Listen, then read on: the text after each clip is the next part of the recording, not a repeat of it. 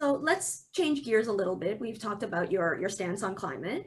I have heard you speak extremely passionately about climate emergency and action for understandably personal reasons. And for equally personal reasons, I have heard you speak passionately on social issues. Let's start with one that you and I share. I'm Chinese, born in Hong Kong, immigrated to Canada. In the last several years, I've seen xenophobia increase dramatically and terrifyingly. While China is suppressing democratic rights in Hong Kong, anti-Asian racism, violence has increased so dramatically that people are being physically assaulted in parks and grocery stores just for looking Asian. What can allies and the government do to protect these individuals with respect to both relations with China and Asian individuals who are targeted here at home? I don't have the time to cover all of that. So much, and it is really serious. And what is so absurd to me and somehow expected is the crossover between anti-Asian and anti-Indigenous racism. And so now we have, so many stories coming forward of Indigenous people dealing with anti-Asian racism.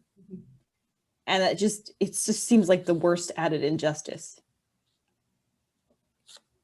No words for that, really. But I've noticed it too, personally. And my mother is from Hong Kong, and my dad was from England. And I was actually having a conversation with him recently about racism. He was just surprised to hear that I experienced racism. I was like, really? Like, that's the backdrop. It's always been there. And I've been having to talk to him like, yes, this is actually something that my mother would have experienced as well. And it's been there. And, especially with the concepts of bamboo ceiling and model minority, that, it's an affect and a problem with white supremacy, that different people of different racial backgrounds are pitted against each other and told that their successes will be greater if they also participate in racism. For instance, if we're anti-Black, it will help us somehow. It's not in any way. It serves the system. And so this is, confronting that and seeking liberation for all is better. When it comes to safety and violence, this question that comes up around police as well, that has shown up. And there are, a variety of opinions of whether people feel like police are safe or not. And in general, we want a society where we don't have to have police in that way, because it shouldn't be necessary. It hasn't always been necessary. Policing, as we know it, was set up as a racist institution. But that has come up in how to handle rising anti-Asian racism and hate crimes.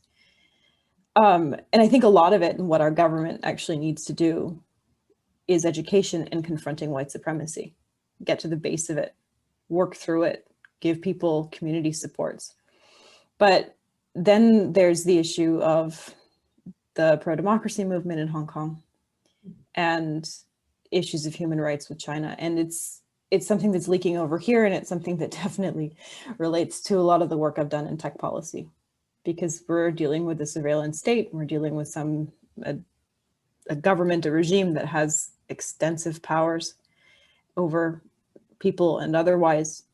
And it's very worrisome to me. And one of the most worrisome things that I've seen is how the political movements on the left have tended to say that we should support China because it is to do with basically saying Hong Kong is colonized, therefore it should be returned.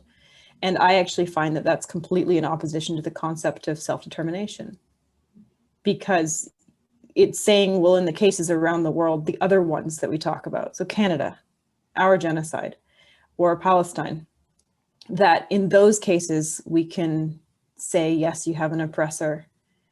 And in the case of China, we can't. I find that in itself is fundamentally racist.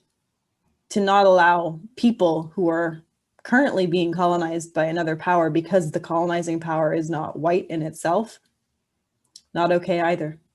So I think that there is a nuance there that we need to get to the bottom of in political conversation, where we can understand what power we do and don't have on an international stage, but also what we can do at home. And right now, I know that so many people who are Hong Kongers, who are Taiwanese, and Uyghur as well, live in fear because their lives are actually in danger and there's very little being done to protect them.